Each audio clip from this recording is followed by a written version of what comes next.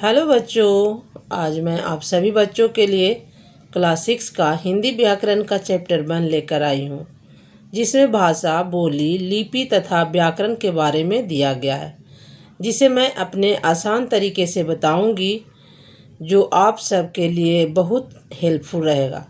तो चलिए स्टार्ट करते हैं। पहला चैप्टर है भाषा, बोली, लिपि तथा व्याकरण।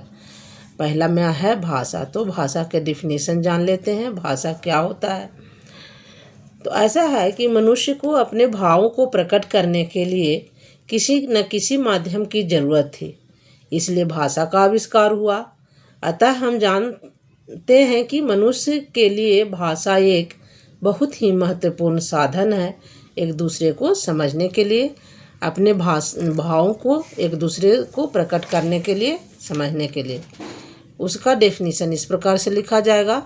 भाषा वह माध्यम है जिसके द्वारा हम अपने मन के भावों को बोलकर व लिखकर दूसरों को बता सकते हैं और दूसरे के मन के भावों को सुनकर एवं पढ़कर समझ सकते हैं। ठीक है। तो भाषा के दो भेद होते हैं। पहला कौन सा होता है? मौखिक भाषा। मौखिक का मतलब क्या? बोलते हैं और समझते हैं। जब हम अपने मन के भावों को बोलकर प्रकट करते हैं तथा दूसरों के भावों को सुनकर समझते हैं, तो उसे हम मौखिक भाषा कहते हैं। ठीक है। अब दूसरा है क्या? लिखित भाषा। लिखित भाषा किसे कहेंगे? जब हम अपने मन के भावों को लिखकर अथवा पढ़कर अपने विचारों से एक दूसरे को अवगत कराते हैं, तो उसे लिखित भाषा कहते हैं। मतलब क्या? हम अपने भाव को लिखकर दूसरे को समझाते हैं, वो समझ जाता है, उसे हम लिखित भाषा कहेंगे। उसके बाद है मातृभाषा। मातृभाषा किसे कहेंगे बच्चों? मातृभाषा वह भाषा है जिसे बालक अपने घर के सदस्यों से सीखता है, उसी को हम मातृभाषा कहते हैं। उसके बाद आता है राष्ट्रभाषा। राष्ट्रभाषा किसे कहेंगे?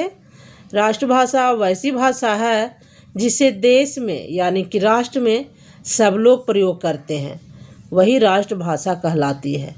हिंदी ही हमारी राष्ट्रभाषा कही जाती है, क्योंकि पूर्व से पश्चिम तक और उत्तर से दक्षिण तक, पूर्व से पश्चिम तक क्षेत्रों में इसका प्रचार व प्रसार है ना। यानी कि पूर्व में भी समझते हैं लोग, पश्चिम में भी समझते हैं, उत्तर में और दक्षिण में, हर एक जगह इसको बोला जाता है। किसको? हिंदी भाषा को।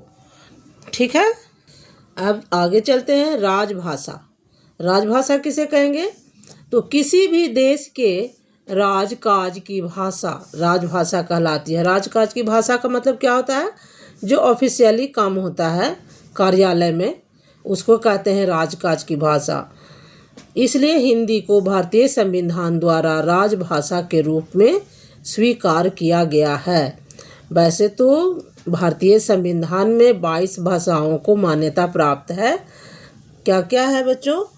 22 भाषा, जैसे कि संस्कृत है, हिंदी है, असमिया, उर्दू, पंजाबी, नेपाली, तमिल, तेलुगु, बहुत सारी है 22 भाषा। इसको भारतीय संविधान में मान्यता प्राप्त है।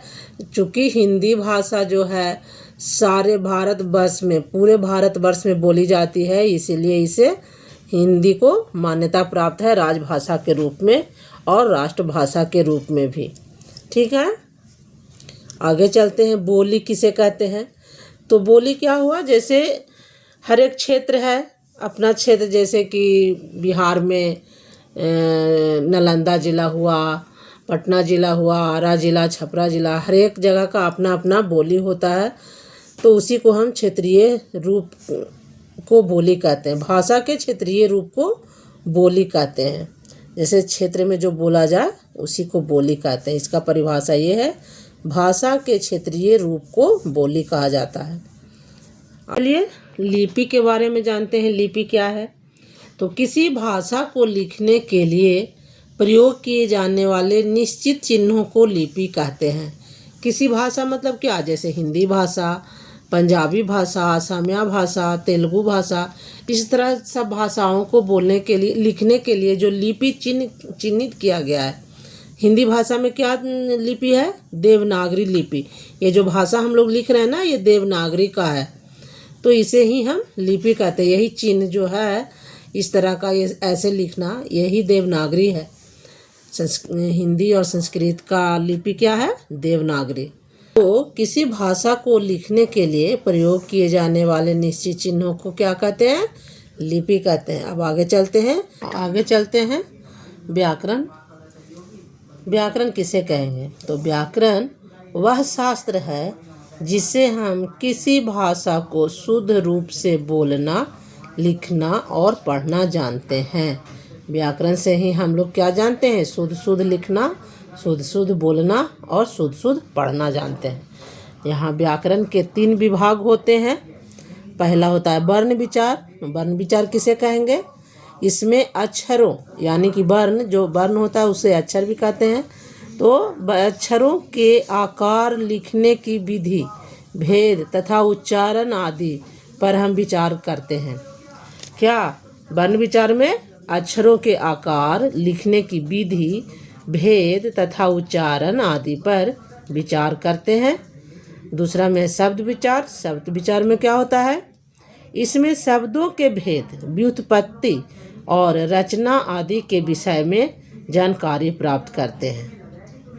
तीसरा क्या है बच्चों? वाक्य विचार है।